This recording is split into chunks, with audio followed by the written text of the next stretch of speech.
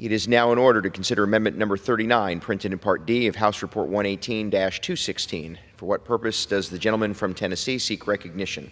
Mr. Chairman, I have an amendment at the desk. The clerk will designate the amendment. Amendment number 39, printed in Part D of House Report number 118-216, offered by Mr. Ogles of Tennessee.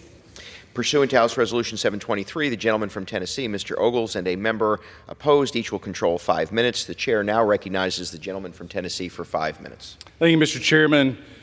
If you want to come up with the right policy position on an issue related to foreign affairs, talk to Antony Blinken first, and then do the opposite. We've all seen the Secretary's inability to be correct about any major foreign policy concern for the last 20 years. Whether that be Iraq, Libya, Yemen, giving the Iranians $6 billion to deploy, as their president says, wherever they need it, or Afghanistan. He is undoubtedly one of the most professionally ineffective and incompetent individuals to hold the title of Secretary of State. But if incompetence by itself were sufficient ground to remove a Senate-confirmed cabinet official, the president would have very few advisors left. In the case of Secretary Blinken, it's about incompetence and perhaps outright corruption. For instance, Secretary Blinken received more than $5,000 in payment from the former Prime Minister of Pakistan, who notably praised the Taliban, received more than $5,000 for speaking at a bank opening in China, offering advisory services to a Japanese company who invested heavily in a CCP company that was blacklisted by Trump. Let's take one more. Mr. Blinken's consulting firm, West Exec Advisors, had advertised its ability to help American colleges secure CCP donations without compromising their Pentagon research grants. Think about that. Usurping America's rules for engagement with the CCP. That advertisement, by the way, was removed just 2 weeks prior to Joe Biden's acceptance of the Democratic Party's presidential nomination. We've since learned that from former acting CI Director Mike Morrell that the infamous Spies Who Lied letter, a letter that impacted a presidential race, was led by no one other than Antony Blinken. The letter, signed by 51 intelligence experts, was intended, according to Morrell, to give Joe Biden a way to refute the Hunter Biden laptop story ahead of a presidential debate. You think this would be worthy of investigation, if not outright impeachment, but certainly defunding. Mr. Chairman, I reserve. The gentleman.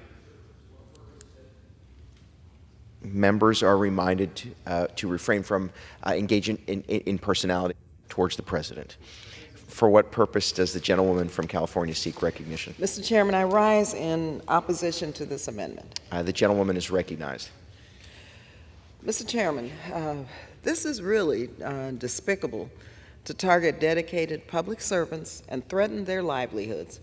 Public servants doing their jobs and carrying out the policy of the administration, regardless of which administration it is, they serve, and they should be commended, not demonized. Our government is dependent on being able to attract the best talent to bring their skills to public service, especially when in most cases they could earn much more in the private sector. Who is going to be willing to do that if their names can be dragged through the political mud?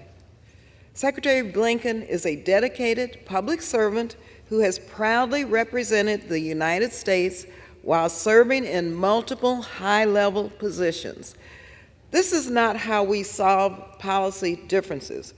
We should not make it personal and about people doing their jobs. I urge my colleagues to oppose this amendment, and I reserve the balance of my time. The gentlewoman reserves. The gentleman is recognized. Mr. Chairman, serving the country or serving Hunter Biden, because we know through the work of Senators Johnson and Grassley that Hunter Biden kept his Burisma colleagues apprised of meetings and emails he held with Mr. Blinken.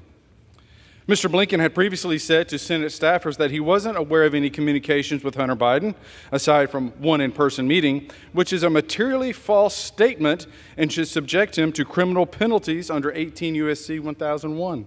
Of course, the U.S. Congress never holds anyone accountable for misleading Congress, so why tell the truth? Mr. Chairman, Blinken has lied to Congress. He worked to prevent critical information, including the July 2021 dissent cable, from being reviewed by this chamber until confronted by the gentleman from Texas. He clearly has a closer relationship with Hunter Biden than he let on, and further engaged in questionable activities prior to serving as Secretary of State, very little of which has been investigated or vetted. These questions deserve to be asked. I urge adoption of this amendment and defunding of Mr. Blinken. I reserve. The gentleman reserves. The gentlewoman is recognized. Well, Mr. Chairman, this, quite frankly, is unconstitutional. First of all, it doesn't make any sense. Secondly, and it really sends the worst signal in the world for those young people who want to go into public service, serving our country and serving our country. I'm really shocked and urge a no vote on this amendment. I yield back. The gentlewoman yields. The gentleman's recognized. Mr. Chairman, William Holman, with the Holman Rule, did actually come up with a way to defund someone like the Secretary.